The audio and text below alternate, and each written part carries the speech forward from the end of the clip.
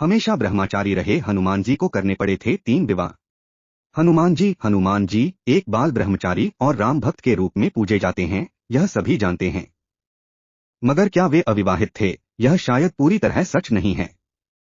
पौराणिक कथाओं के अनुसार उनकी 3 शादियां हुईं, लेकिन इन तीनों की परिस्थितियां और काल बेहद रोचक रहे हैं।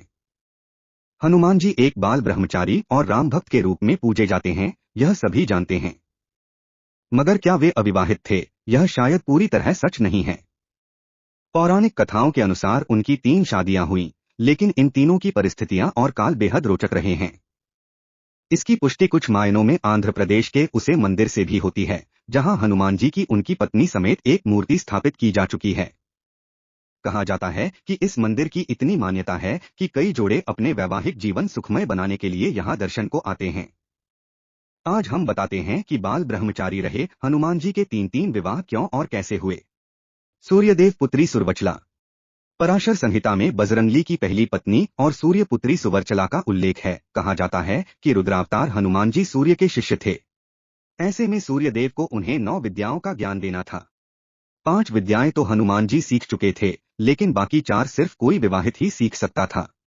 ऐसे में सूर्यदेव ने हनुमान जी को विवाह के लिए मनाया। इसके लिए अपनी बेटी सुवर्चला को चुना। बताया जाता है कि सुवर्चला सदैव तपस्या में लीन रहती थीं। अपनी शिक्षा पूरी करने के लिए हनुमान जी को सुवर्चला से विवाह करना पड़ा। इस विवाह के बाद सुवर्चला सदा के लिए तपस्या में रत हो गईं। पराशर संहिता में सूर्य देव की पुत्री सुरवचला का उल्लेख हनुमान जी की पहली पत्नी के रूप में किया गया है। हिंदू धर्म ग्रंथों के अनुसार हनुमान जी सूर्यदेव के शिष्य थे। सूर्यदेव को उन्हें विभिन्न विधाओं का ज्ञान देना पड़ा। इनमें से 5 विधाएं सीखने के बाद एक अजीब समस्या खड़ी हो गई। बाकी 4 विधियों को सीखने के लिए शादीशुदा होना अनिवार्य था। सूर्यदेव ने हनुमान जी का विवाह अपनी पुत्री सुरवचला से कराया। सुरवचला सदैव तपस्या में लीन रहती थी। हनुमान जी से विवाह करने के बाद सुरवचला हमेशा के लिए तपस्या में लीन हो गईं। रावण पुत्री अनंतकुसुमा।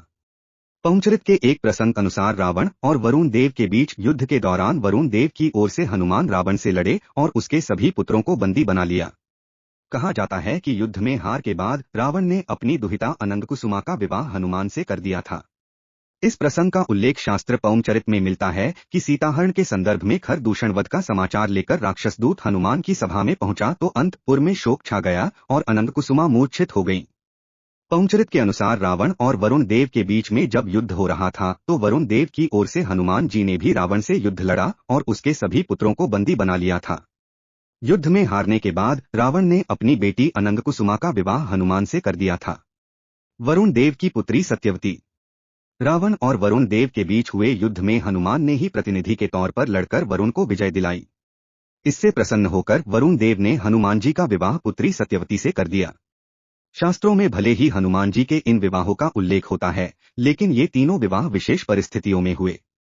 यह भी कहा जाता है कि हनुमान जी ने कभी भी अपनी पत्नियों के साथ वैवाहिक संबंधों का निर्वाह नहीं किया। वह आजीवन ब्रह्मचारी ही रहे। जब रावण और वरुण देव के बीच युद्ध हुआ तो उनके प्रतिनिधि के रूप में हनुमान जी ने वरुण देव को विजय दिलाई। इससे प्रसन्न होकर वरुण देव ने अपनी पुत्री सत्यवती से हनुमान जी का विवाह कर दिया। हनुमान जी के इन विवाहों का उल्लेख हिंदू धर्म ग्रंथों में मिलता है, लेकिन यह भी कहा जाता है कि हनुमान जी ने कभी वैवाहिक जीवन नहीं बिताया और वे जीवन भर ब्रह्मचारी रहे। इन विभिन्न परिस्थितियों के कारण हनुमान जी को 3 बार विवाह करना पड़ा, लेकिन विवाह के बाद आजीवन ब्रह्मचर्य का पालन करने के कारण हनुमान जी को बाल ब्रह्मचारी कहा गया।